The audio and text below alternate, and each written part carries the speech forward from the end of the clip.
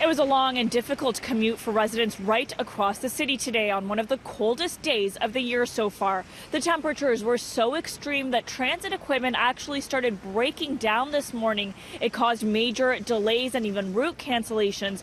The TTC tells us not to expect to see any of the older streetcars on the streets tonight because they just can't handle the weather anymore. Clamoring to escape the bone-chilling temperatures and whipping winds, commuters headed inside hoping for a warmer way to work this morning. But all they found was a clogged and overcrowded transit system. Not only were there major delays in the tunnels on Line 1 and 2, as subway heaters weren't working effectively and outdoor tracks were obstructed by snow and ice, above-ground streetcar services also came to an abrupt stop. Well, the old streetcars just don't like this weather. They're 40 years old in some cases, and they break down in the very cold weather. The TTC was forced to ground the entire fleet of old streetcars and rely solely on the 120 new vehicles available, as well as some buses. Between all of that, getting that service out this morning was a little slower than we'd like, but we did a lot better than the weather would indicate. While they tell us they spent the weekend planning for the weather, the service was less than satisfactory for many commuters who took to Twitter to vent their frustrations. Posts like this dominating feeds this morning. "You know winter comes every year, right?" wrote one commuter. Another writing, "I don't blame TTC because this is the first winter ever in Canadian history."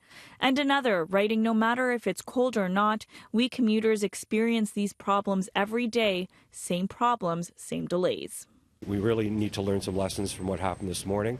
This afternoon we'll have extra service out, we'll have extra crews out, we'll have de-icing on the tracks, and then so overnight and into tomorrow morning we'll have all of that additional attention to what's happening.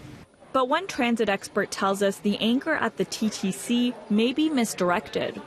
I wouldn't blame TTC, it's just extreme weather. And the cost of designing a system that could withstand these rare, very cold days would be prohibitively expensive. So one day of inconvenience or a few days of inconvenience are much cheaper for the commuters.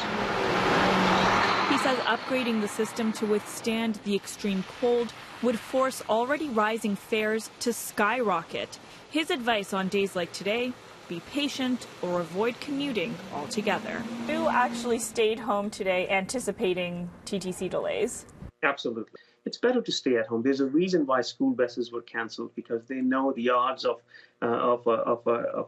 failure are much higher, and hence it's better not to take the risk. So far, the TTC has received 120 of the 204 new streetcars they ordered from Bombardier. Those deliveries have faced massive delays, but the TTC tells us they expect the rest of the vehicles by the end of the year.